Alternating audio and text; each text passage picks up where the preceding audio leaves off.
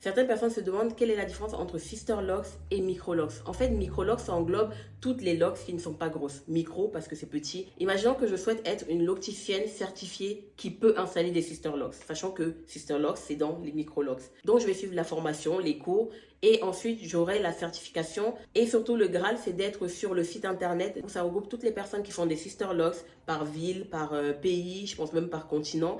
Et du coup, pour être dessus, je crois qu'il faut payer annuellement ou mensuellement.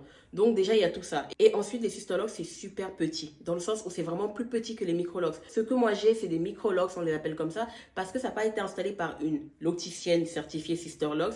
Et surtout, on n'a pas respecté les grilles des Sister Locks. Donc c'est vraiment quadrillé et je trouve ça super beau esthétiquement. Mais en vrai, est-ce que je me suis prête à payer 500 euros, 600 euros pour avoir des Sister Locks sur la tête et juste pour avoir ce quadrillage-là, sachant que ce que ma mère m'a fait sur ma tête, elle l'a fait en 18 heures, gratuitement. Et franchement, ça me va totalement. Donc, les locticiennes qui n'ont pas passé la certif pour être locticienne Sister Locks ne peuvent pas dire qu'elles font des Sister Locks.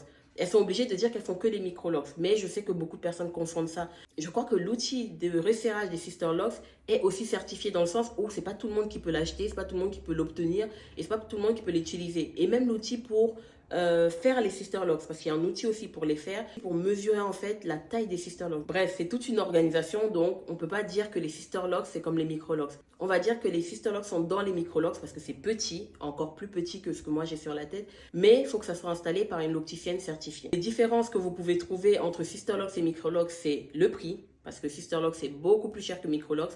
Moi, par exemple, les Micro Locks, je fais les départs à partir de 250 euros.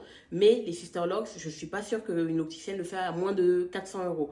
Après, si vous êtes locticienne et que vous faites des Sister Locks à moins de 400 euros, dites-moi dans les commentaires, mais en tout cas, j'en ai jamais vu.